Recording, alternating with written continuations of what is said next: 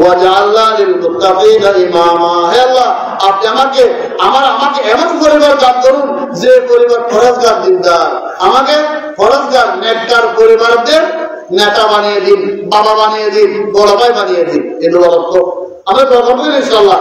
হাদিসে আছে আল্লাহ রাব্বুল আলামিন মা বাবার দোয়া ছেলের জন্য, মা বাবা যা দোয়া করেন ছেলের জন্য, মেয়ের জন্য, আল্লাহ তাআলা ওই দোয়া কবুল করেন।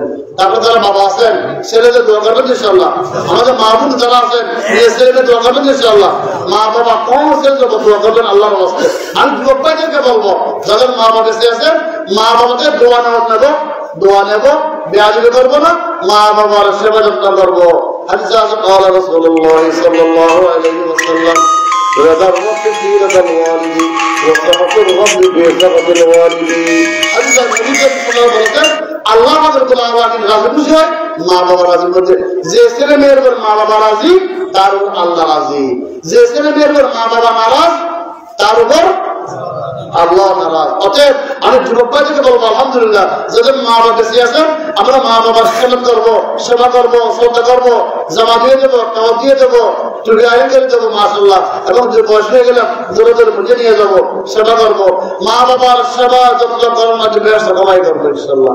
এই মা বাবা পৃথিবীর বড় সম্পদ।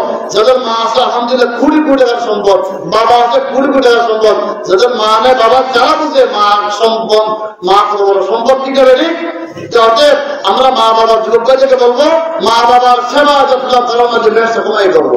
যাদের মা বেঁচে না আমরা মা বাবাকে দোয়া করবো কি আল্লাহ রাব্বুল আলামিন ছেলেদের জন্য মেয়েদের দোয়া শিখে দিয়েছেন কি রব্বির হামহুমা কামা রাব্বায়ানি সগীরা, রব্বির হামহুমা কামা রাব্বায়ানি সগীরা। হে আল্লাহ আপনি আমার মা বাবাকে রহমত করুন, দয়া করুন, মেহেরবানি করুন, তারা যে আমাদের ছোটকালে লালন পালন করেছেন। হাদিসে আছে যেমন দুনিয়াতে বর্তমানে বিভিন্ন ব্যবস্থা করা থাকে, কেউ বসেছে, কেউ শেয়ারে বসেছে, কেউ এরকম রুলো করে 1-2 দিন থাকে না, এরকম জামাতের মধ্যে রুলো করে 1-2 দিন থাকবে।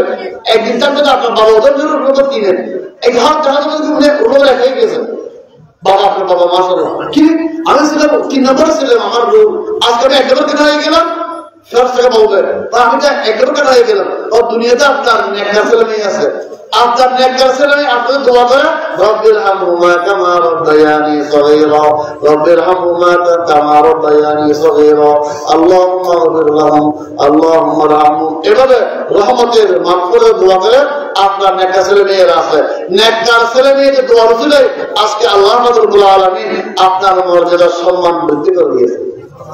যদি আমি আমার আম্মা আব্বার জন্য দোয়া করলাম আপনাকে ক্ষতি আমার বাবা সমান বেড়ে যাবে আলহামদুলিল্লাহ। আমরা ইনশাআল্লাহ হাদিসে আছে قال رسول الله صلى الله عليه وسلم بروا آباءكم يبركم أبناءكم। তোমরা নবী সাল্লাল্লাহু আলাইহি ওয়াসাল্লাম তোমরা তোমাদের মা বাবার সাথে ভালো আচরণ করো, ভালো ব্যবহার করো, তোমাদের ছেলে মেয়েরা তোমার সাথে ভালো আচরণ করবে। যে ছেলে মেয়েরা বাবার সাথে বেয়াদবি করে তাকে আল্লাহ তাআলা এমন ছেলে মেয়ে দেয় যে ছেলে মেয়েরা তার সাথে বেয়াদবি করে। আল্লাহ না করো কোন ছেলে বাবার কাছে পিটাই গালে যায়, তাকে আল্লাহ এমন ছেলে মেয়ে দিবে তার সাথে তাকে পিটাবে। ঠিক আছে ঠিক একটা কি আছে শাস্তি আছে, এটা মা বাবার সাথে বেয়াদবি, নাউজুবিল্লাহ। যে ছেলে মেয়ে মা বাবার সাথে বেয়াদবি করবে নাউজুবিল্লাহ, আল্লাহ রাব্বুল আলামিন তাকে দুনিয়া শাস্তি দান দিবে, ফলাফল শাস্তি দিবে। তাই আমরা যুবক ভাইকে আল্লাহর রাস্তায় ফাঁসিয়ে বলবো কখনো মায়ের সাথে বাবার সাথে আমরা বেয়াদবি করবো না। উদাহরণস্বরূপ এই মাইকের উপর মাইক, এই মাইকের মতো আরো মাইক পাওয়া যাবে কিনা? পাওয়া যাবে না। কিন্তু একটা মাঝে হারিয়ে যায় কোটি কোটি টাকা ছিল মা পাওয়া যাবে? এটা একটা বাবা হারিয়ে গেলে, বাবা মারা গেলে কোটি কোটি টাকা বাবা পাওয়া যাবে? একটা মানুষ পাওয়া যাবে কিন্তু বাবা পাওয়া যাবে না। তাই যুবক ভাইকে বলবো আমরা কখনো ভুলেও মা বাবার সাথে বেয়াদবি করবো না। আমাদের সর্বসাধারণকে বলেছেন আমরা প্রত্যেকদিন নামাজ পড়বার করি, ফজর নামাজ পড়ি, দোয়া করি, আশা করবো মা বাবার হক আদায় করার চেষ্টা করবো। কমসে কম দৈনিক মা বাবার জন্য 5 বার দোয়া করবো। দোয়া করবো না ইনশাআল্লাহ? তার দোয়া করলে আল্লাহ রাব্বুল আলামিন আপনাকে এমন ছেলে মেয়ে দিবেন যে ছেলে মেয়ে আপনার জন্য দোয়া করবে ইনশাআল্লাহ।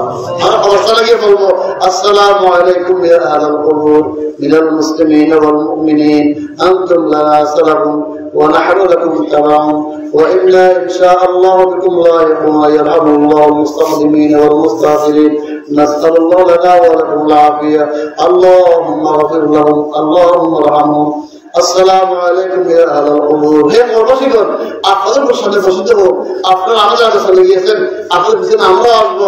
আল্লাহ তাআলা আপনাদের গুনাহ মাফ করে দিন, আল্লাহ তাআলা আপনাদের রহমত করুন, দয়া করুন, মেহেরবানি করুন। এই যে দোয়া বলেছি, দোয়া বাংলা অর্থ, দোয়া আরবি করতে হলে খুব ভালো কথা, প্রথম আবার কি করবেন, বাংলা বললে হয়ে যাবে ইনশাআল্লাহ। অবশ্যই বলবেন আসসালামু আলাইকুম ইয়া আহলাল কুবুর। হে কবরবাসীগণ, আপনাদের উপর সঙ্গে বসিত হোক। কবরস্থানে গিয়ে কোন প্রকার শিরক কাজ করবো না, বেদারি কাজ করবো না। শিরক কাজ কি? কবরস্থানে গিয়ে বলবো না বাবা আমার কাছে ছেড়ে দেন, বলবো শিরক। সেজন্য মালিক একমাত্র আল্লাহ। হাদিস আছে নবী সাল্লাল্লাহু আলাইহি ওয়াসাল্লাম বলেছেন, আমি তোমাদের একসময় বলতাম তোমরা কবরে জিয়ারত করে যাইও না। ইসলাম প্রথম যুগে তো তাই ইমানের দুর্বল সাহাবাদের। কেন? মা মারা গেছে, বাপ মারা গেছে, কালাতে বিলাপ করবে, কানাকানি করবে, শুয়ে করবে, এই জন্য মারা করতেন। মা মারা গেলে, বাবা মারা গেলে কান্নাকাটি করে জায়েজ নেই, কিন্তু সিলের জায়েজ নেই, জায়েজ নেই, জাহিরেরও জায়েজ নেই। এটা কালো কালোকে বলে যে অনেকে নেতারা, রাজি নেতারা, এটা জায়েজ নেই। এবং কোন মানুষ মারা গেলে নিজের আপন আত্মীয় মা বাবাকেও মারা গেলে সর্বোচ্চ সম্পদ 3 দিন, 1 মাস ছোট ইসলামে নেই। কিন্তু কোন বউয়ের কোন মেয়ের জামাই মারা গেলে সর্বোচ্চ সম্পদ করবে 4 মাস 10 দিন, বা 4 মাস 10 দিন। এর যে বেশি পালন আর নেই। ঠিক আছে, মেয়েদের ক্ষেত্রে। কিন্তু পুরুষরা আপনারা আমার সর্বোচ্চ 9 দিন, 3 দিন। কেউ দেখা যায় বাৎসরিক সুখ, মাসিক সুখ, 1 মাস সুখ, 30 দিন সুখ, ইসলাম জায়েজ নেই। এবং কবরস্থানে গিয়ে যে দিন খবর শুয়ে গিয়েছেন, কবরস্থানে গিয়েছেন, ওনার খবরকে আমাকে ফোন দেয়, ছোট বড় ফোন দিয়ে যাবো মাঝে বুঝলেন। আচ্ছা আপনার কাজ আমাকে ফোন দিয়েছে বা আমি ফোন দিয়েছি, আমি জীবিত মানুষ, আমি যদি ফোন সুরক্ষিত পেতে পারবো, পাবো। যিনি খবর চলে গিয়েছেন ওনার খবর ফুল দিলে উনি সুরক্ষিত পাবে। আমার কত বড় বেকুব নাউজুবিল্লাহ। একটা ফুল 500 টাকা, এই 500 টাকা একটা গরিবকে দিলে কে দোয়া করবে? আমি বলবো আশা করবো ঈসা আলাইহিস সালামের জন্য আপনি মনে করেন 500 টাকা গরিবকে দেন, অসুবিধা নেই। কিন্তু আল্লাহর রাস্তে কবরস্থানে ফুল দিলে এটা শিরক জায়েজ নেই। ঠিক আছে ইনশাআল্লাহ। কথা কি বলবো? আসসালামু আলাইকুম ইয়া আহলাল কুবুর।